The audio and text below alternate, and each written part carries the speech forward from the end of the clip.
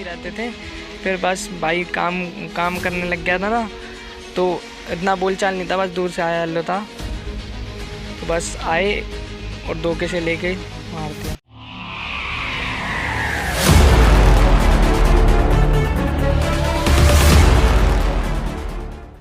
दिल्ली जैसा महानगर जो कि इतनी बड़ी आबादी वाला क्षेत्र है, यहाँ पर अक्सर लोगों के बीच में आपसी रंजिश के या फिर यूँ कहें मामूली विवाद भी सामने आते हैं, परंतु कई बार ये विवाद इतने बड़े हो जाते हैं कि इसका बदला कई महीनों बाद लिया जाता है। नमस्कार, मेरा नाम है आयुष शर्मा, मेरे साथ देख रहे हैं स्वराज मीडिया नेटवर्क और इस वक्त हम मौजूद हैं राजधानी दिल्ली के जहांगीरपुरी में, जहाँ पर एक ऐसी वारदात सामने आ रही है जिसको सुनकर आप लोगों के रोंगटे खड़े हो जाएंगे। आपको बता दें कि ये घटना रविवार की है, जब यहाँ पर एक संतोष नामक शख्स जिसकी उम्र 20 साल बताई जा रही है, उसकी चाकू से गोद कर निर्मम हत्या कर दी जाती है। मैं आपको दिखाना चाहूँगा यहाँ पर पुलिस मार्किंग के बीच में, अगर आप देख पाए, मैं अपने कैमरामैन से कहूँगा थोड़ा जूम करके दिखाएं, यहाँ पर ब्लड स्पॉट्स आप देख पाएंगे और ये 2 दिन हो चुके हैं, इस वजह से काफ़ी लाइट पड़ गए हैं, वरना यहाँ पर बताया ये जा रहा है कि काफ़ी ज़्यादा खून फैला हुआ था। इसके अलावा 2 और ब्लड स्पॉट्स भी यहाँ पर मौजूद हैं जो कि संतोष के ही हैं। यहाँ पर पुलिस ने मार्किंग की हुई थी, यही वो स्थान है जहाँ पर संतोष को चाकू मारा गया था और उसकी हत्या कर दी गई थी। बताया ये जा रहा है कि मौके पर उसके दोस्त भी मौजूद थे जिन्होंने उसको बचाने की कोशिश भी की थी, जो उसको यहाँ से फटाफट नज़दीकी अस्पताल में लेकर गए, जहाँ पर उसने अपनी अंतिम सांसें ली, उसकी मृत्यु हो गई। आपको बता दें कि ये कोई पुरानी रंजिश थी, 7 महीने पहले कुछ इनका विवाद हुआ था, जिसके चलते अब उसका बदला लिया गया है। धोखे से संतोष को यहाँ पर बुलाया गया था और पीछे से उस पर हमला कर दिया गया। उस पर एक के बाद एक ताबड़तोड़ कई चाकू से वार किए गए, जिसके चलते उसकी मृत्यु हो गई। इस प्रकार से उसकी निर्मम हत्या कर दी गई। हालांकि इस पूरे मामले में परिवार वालों का क्या कहना है, ये आप लोगों तक हम पहुंचाते हैं। इस वक्त संतोष के भाई हमारे साथ मौजूद है, उनसे बात करते हैं और जानते हैं क्या कुछ पूरा वाकया हुआ था। भाई, क्या लगता है किस चीज़ के चलते आपके भाई की हत्या की गई थी, क्या कारण रहा था? कुछ कह नहीं सकते, आपस के ही दोस्त थे, धोखे से मार दिया। जिन्होंने हमला किया वो दोस्त थे? हाँ, दोस्त नहीं थे, पहले साथ ही रहते थे। फिर बस भाई काम करने लग गया था ना, तो इतना बोलचाल नहीं था, बस दूर से आया हेलो था, तो बस आए और धोखे से लेके मार दिया। कोई कारण नहीं बताया? किसी की गिरफ्तारी हुई? इन दोनों को ले गए, जो लड़के थे, अंशुल और मानू। एक नाबालिग है, एक बालिग है। 2 महीने बाद तो पूछने से कुछ पता चला कि क्या कारण रहा था जिसके चलते इतनी निर्मम तरीके से हत्या कर दी गई? वो तो बोल रहे हैं कि कुछ ऐसा वो था, दूसरे पहले कभी एक लड़ाई थी विष्णु नाम के लड़के के वजह से, तो उसके वजह से मारा है। तकरीबन कितने महीने पहले की बात होगी? 7-8 महीने। सर, आप मौका वारदात पर वहाँ पर मौजूद थे, क्या वाकया हुआ था, क्या कुछ चीज़ हुई थी कि जिसके चलते ऐसे निर्मम तरीके से हत्या कर दी गई? पहले वो आए थे 3-4 बार, वो आए मतलब ऐसे देख के चले गए, फिर वो बाद में आए, हाय हेलो करा हमसे, फिर चले गए। फिर दोबारा आए, कह रहा संतोष भाई तुमसे कुछ बात करनी है, एक बार साइड में आओ। तो वो उसको साइड में ले गए, हम भी आ रहे, तो संतोष ने मना कर दिया, कह रहा तुम वहीं रुक जाओ।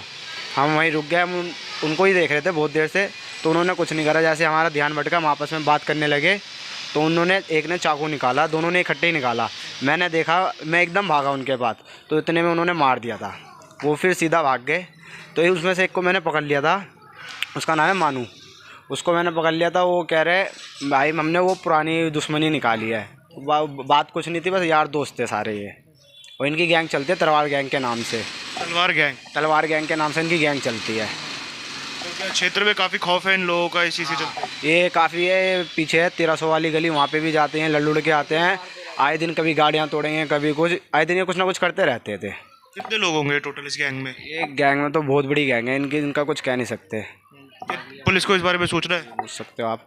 पुलिस को इस बारे में सूचना मिली थी कि ऐसे भी कोई गैंग चलती है क्षेत्र में? वो पुलिस वालों को सब पता है, वो जाते हैं, पुलिस वालों को कुछ देते हैं, वो छोड़ के फिर छुड़वा देते हैं, वो अंदर ही नहीं जाते।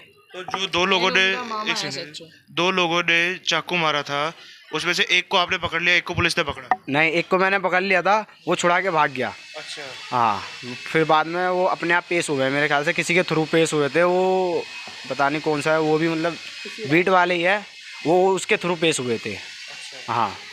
और जो आपके दोस्त को चाकू लगा, तो क्या उसी समय उनकी मृत्यु हो गई थी या अस्पताल ले जाने के बाद मृत्यु? मैं तो पीछे था, मतलब मैं उसके पीछे भाग गया था। जो मेरे साथ 3 थे, वो उन्होंने उसको उठाया, स्कूटी में बैठा के एकदम ले गए। तब मैं वहाँ पे गया था, उसकी सांस चल रही थी थोड़ी सी, वो कुछ कहना चाह रहा था, इतने में वो चौकीदारों ने हमें बाहर भगा दिया।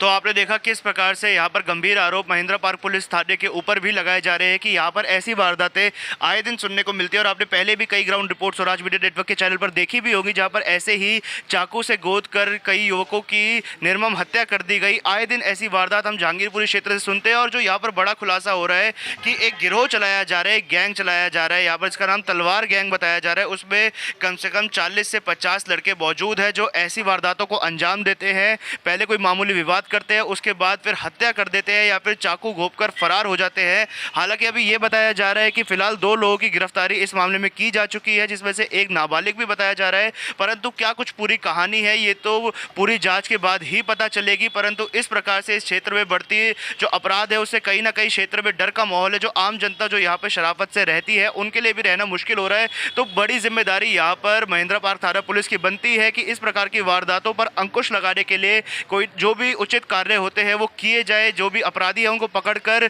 न्याय संगत कठोर से कठोर दंड दिया जाए, ताकि आने वाले दिनों में अगर कोई ऐसा अपराध करने की सोचे भी तो पुलिस के नाम से उसकी रूह कांप उठे। इस प्रकार के अपराधों पर अंकुश लगाना बहुत ज़्यादा ज़रूरी है, तभी इस क्षेत्र में सामाजिक सौहार्द और लोगों में शांति का माहौल बना रहेगा। अगर आप चाहते हैं कि संतोष को इंसाफ मिले, क्योंकि जिस प्रकार से उसके परिवार ने आरोप लगाया कि अभी भी पूरी कार्रवाई सही तरीके से नहीं की जा रही, बहुत ज़्यादा ढील पुलिस द्वारा बढ़ती जा रही है, तो इस वीडियो को आप लोग हर सोशल मीडिया प्लेटफॉर्म पर शेयर करें और दिल्ली पुलिस के आला अधिकारियों को भी टैग करें ताकि उनकी नज़रों में भी ये बात पहुंच सके। कैमरा पर्सन खुशी के साथ मैं आयुष शर्मा और आप देख रहे थे स्वराज मीडिया नेटवर्क।